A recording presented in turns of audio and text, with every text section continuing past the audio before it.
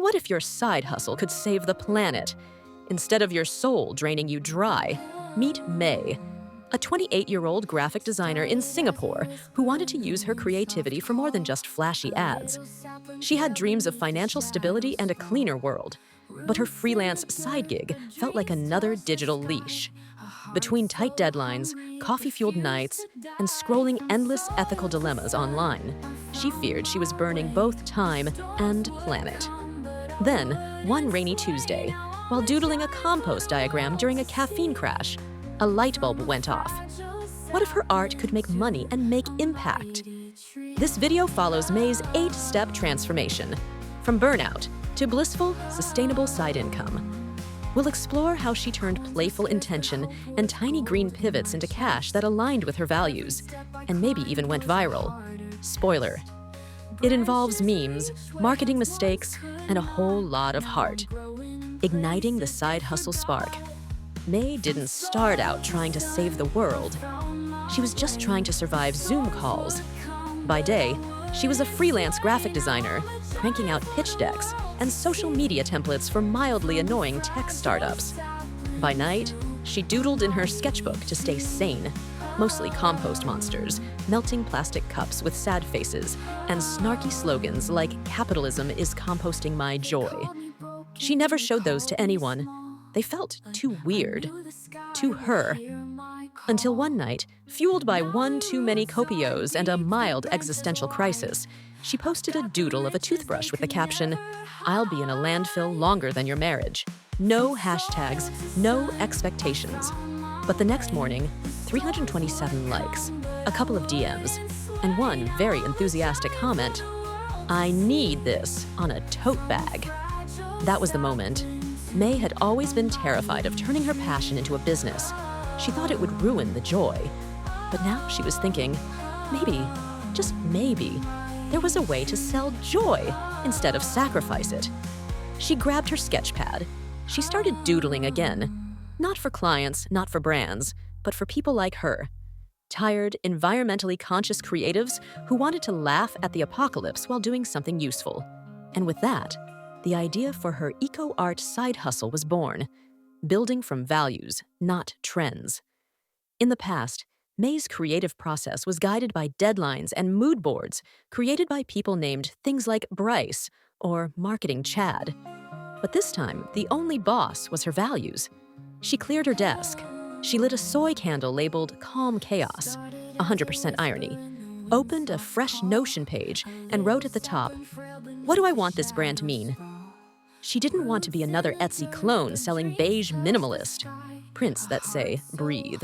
She wanted her work to say things like, "Compost happens." This bag was once a water bottle. Hot people sort their recycling. Her vibe? Weird. Wholesome.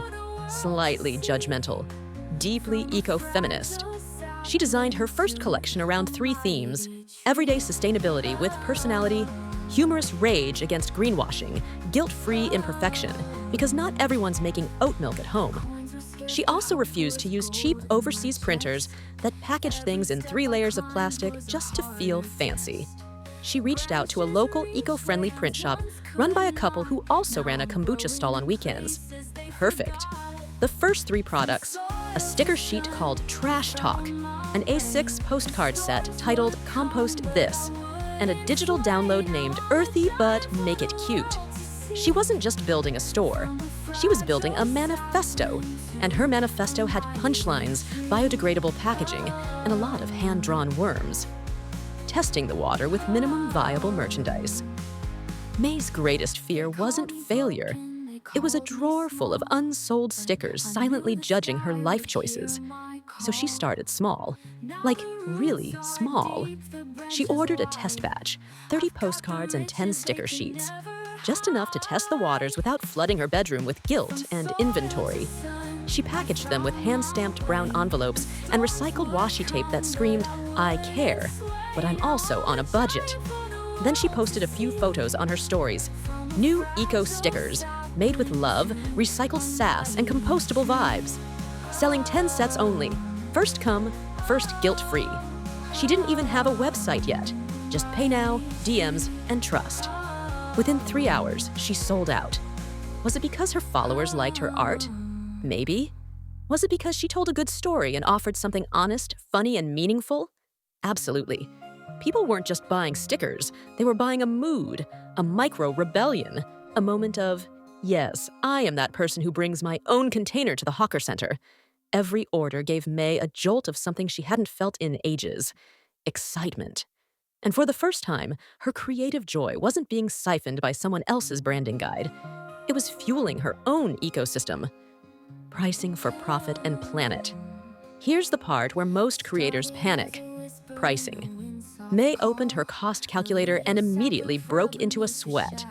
Paper, printing, packaging, shipping, transaction fees, mental energy, existential dread tax. She made a list of all the expenses, even the sneaky ones, like bubble wrap she wasn't using but still worrying about. And then she asked herself, what's the real cost of making something sustainable? Not just in materials, but in time, intention, and impact. Her sticker sheets cost $1.80 to print. She spent around 20 minutes designing each one. Postage was $1. Packaging materials came from recycled sources. Affordable, but still an effort. She wanted to earn enough without undercutting her value or guilt-tripping buyers. So she landed at $12 for a 5-pack set. Premium, but not outrageous.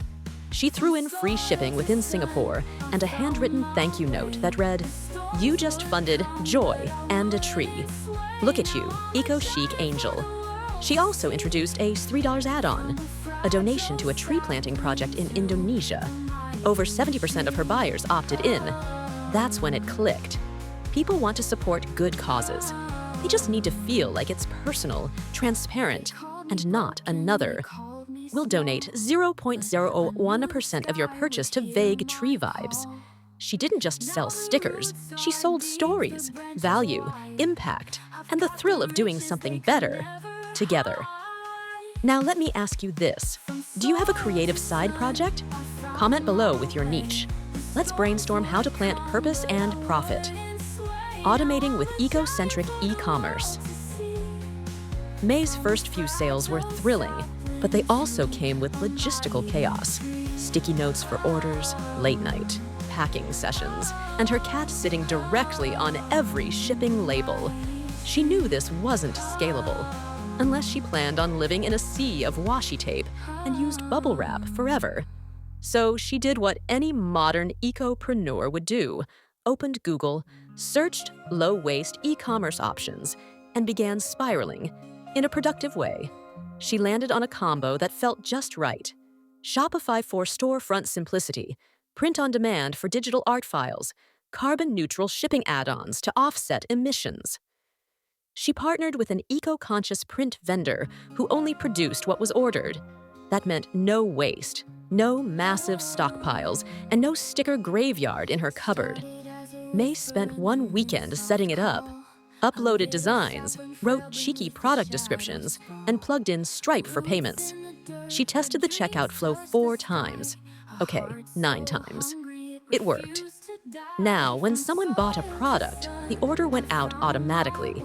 She could finally spend her weekends doing what she loved, sketching weird worms and writing copy about the secret life of compost.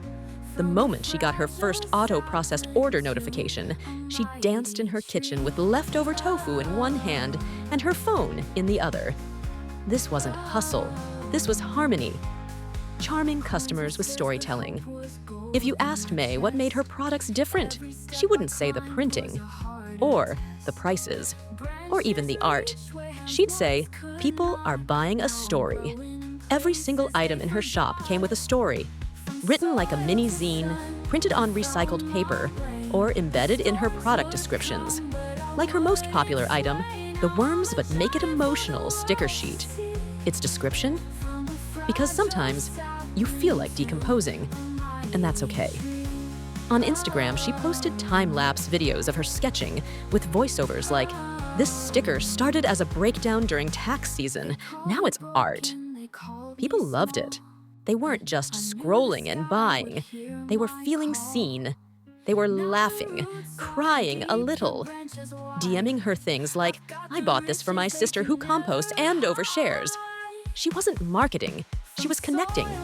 Her mailing list wasn't, "New launch, shop now." It was, "Today I learned that bamboo can grow a meter in a day. Wish I had that energy." She even wrote a fake love letter from a reusable bag to a plastic one. It got shared 400 times. Storytelling was her superpower, and it was converting passive scrollers into devoted buyers. Growing community, not just sales.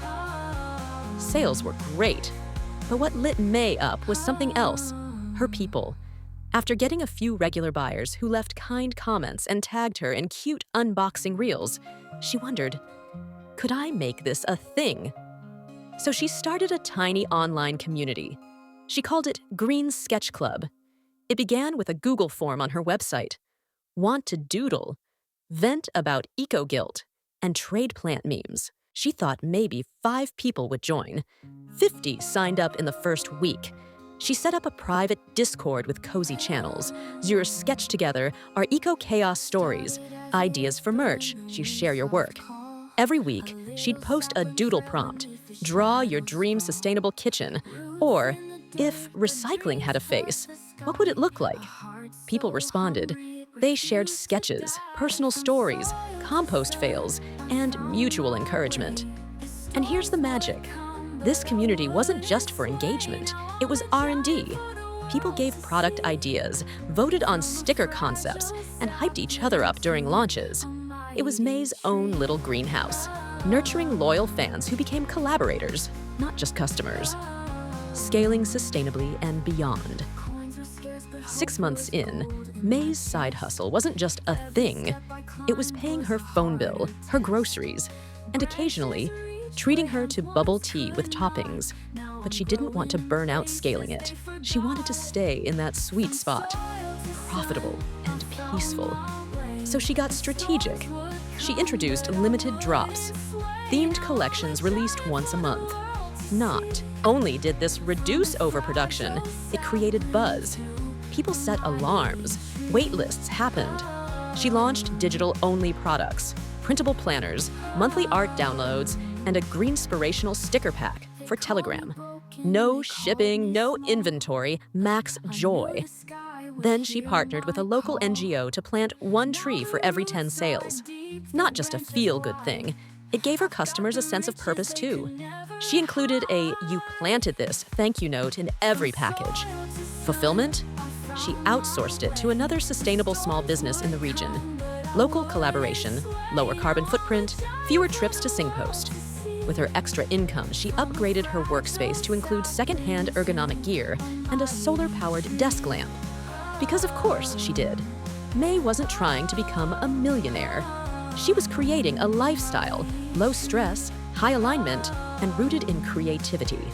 She didn't scale for the algorithm. She scaled for herself. May didn't launch a unicorn startup. She didn't quit her day job with a viral LinkedIn post. What she did was quietly, intentionally, and joyfully build something that mattered to her and to her customers. She found a way to turn compost, doodles, and climate feelings into community and cash flow. She didn't scale fast. She scaled right. With values first, vibes second, and packaging that didn't involve a single piece of bubble wrap. And guess what? It worked. It wasn't perfect. It was better because it was hers. In a world of burnout, May chose balance. In a world of fast fashion, she made stickers. And in a world that's literally on fire, she planted trees. That's a flex. What if your side hustle didn't drain you, but fed you? What if you made something just because it felt good, and someone paid you for it? Here's your challenge. Post your idea, your sketch, your weird sustainable slogan, even if it's too niche, especially if it's too niche. Drop it in the comments, or better, turn it into a product and tag me. And if you want more of this, hit subscribe. Because this channel is where profit meets purpose, and burnout gets composted into something beautiful. Go plant the seed. I'll cheer when it grows. And hey, if today's episode gave your mindset a little upgrade, Don't forget to tap that subscribe button so you don't miss tomorrow's dose of magic. Yeah, and maybe set a reminder. Or just binge the next one right now. Yay! It's right there on the screen. Go on, click it. Your future self says thanks.